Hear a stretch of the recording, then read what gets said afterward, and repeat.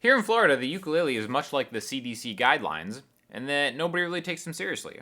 But that doesn't mean that you can't take the ukulele seriously, and we're going to talk a little bit today about how to play it more like a real instrument. And what I mean by that is I see a lot of people give shade to the instrument, that it's just like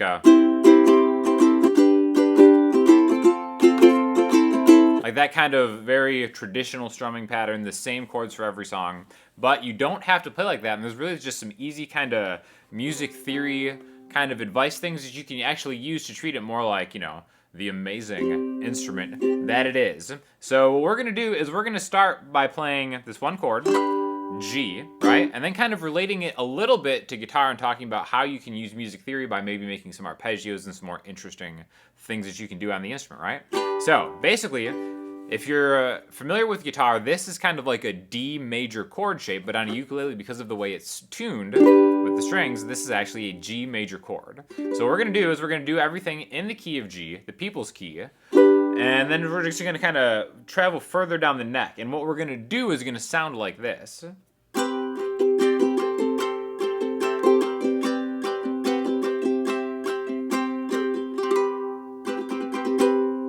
Okay, so any major chord is a triad. Any minor chord is also a triad. All that means is it has 3 different notes. So when you play this, even though we're strumming 4 strings, we're only playing 3 different notes. It happens to be a G, a B, and a D. Okay, so the strings on a ukulele are G, C, E, A.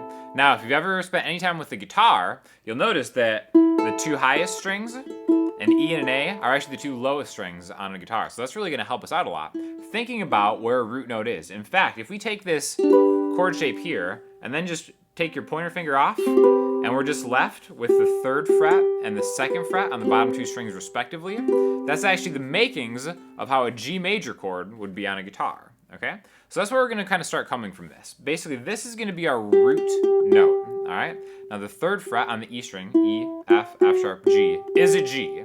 So we already have a G right here, G and G. All right, now the other open string here, G, C, basically is in that key, G, A, B, C. It's the 4th note in that key. You don't have to remember that right now, but it's helpful to know that anything with a G and a C in it, playing in the key of G, which is how we're going to start,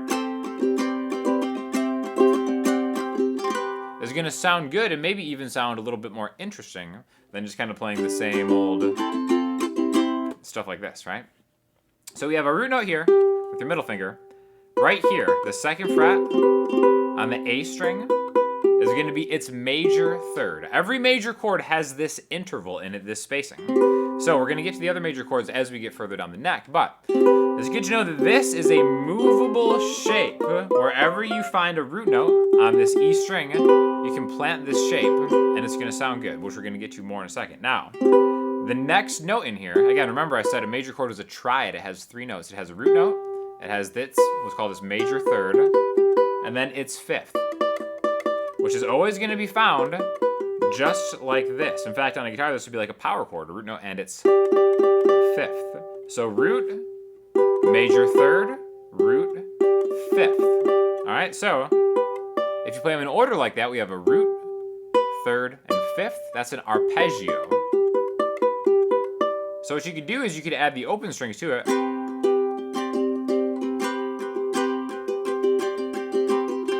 And we're kind of getting the same thing, but we're getting a little bit more interesting because we're adding other notes in an arpeggio way, is how we're thinking about it. That kind of makes it seem like more how you would play a real instrument, all right?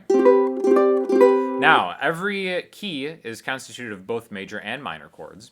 The next minor chord that you're going to find in the key of G is always just going to be a step higher, okay? So we're going to go from the 3rd fret with your middle finger to the 5th fret, okay? So this is our root note G, G sharp, A, and then now instead of having this shape like we just did, we're going to flatten, subtract 1, that's all that flat means, right? You just go back 1, and now this is going to be a minor 3rd, okay? So this is A minor, the way we're going to play it. Now, when I strum all the strings, that doesn't necessarily make it an A minor chord, but for the purposes of our root and our minor 3rd, that's going to be kind of like the beginnings of a minor chord. Now again, here's an A minor chord on ukulele, and then here's what we have going here.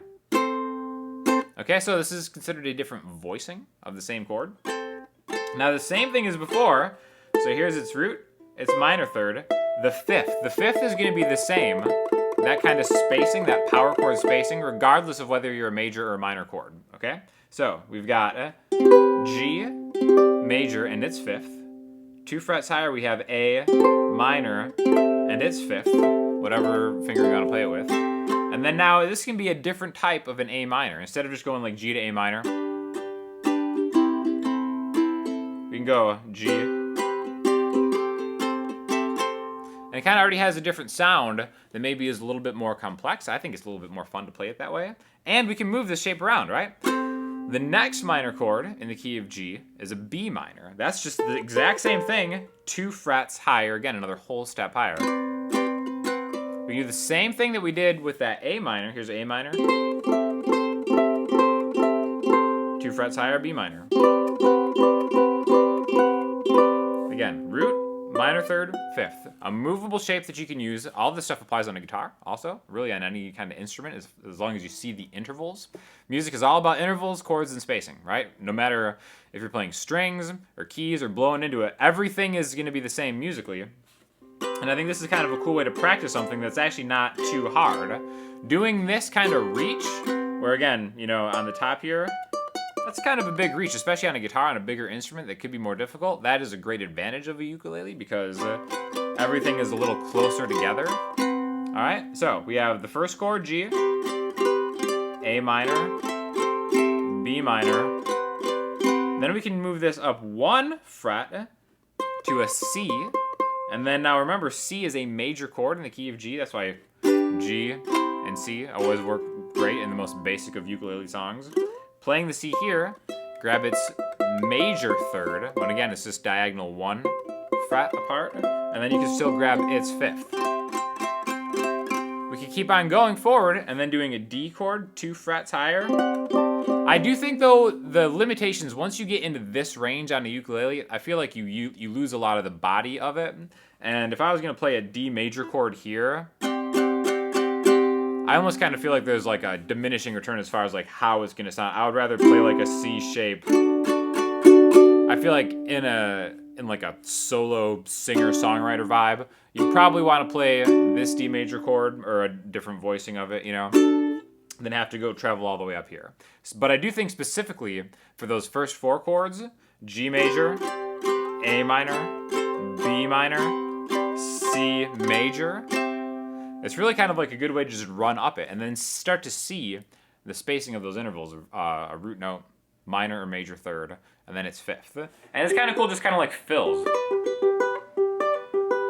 Honestly, you can still play that from a traditional G major voicing, just kind of getting that reach in, however you want. But again, I think it's just a quick tip that you can use. Again, in the people's key, the key of G,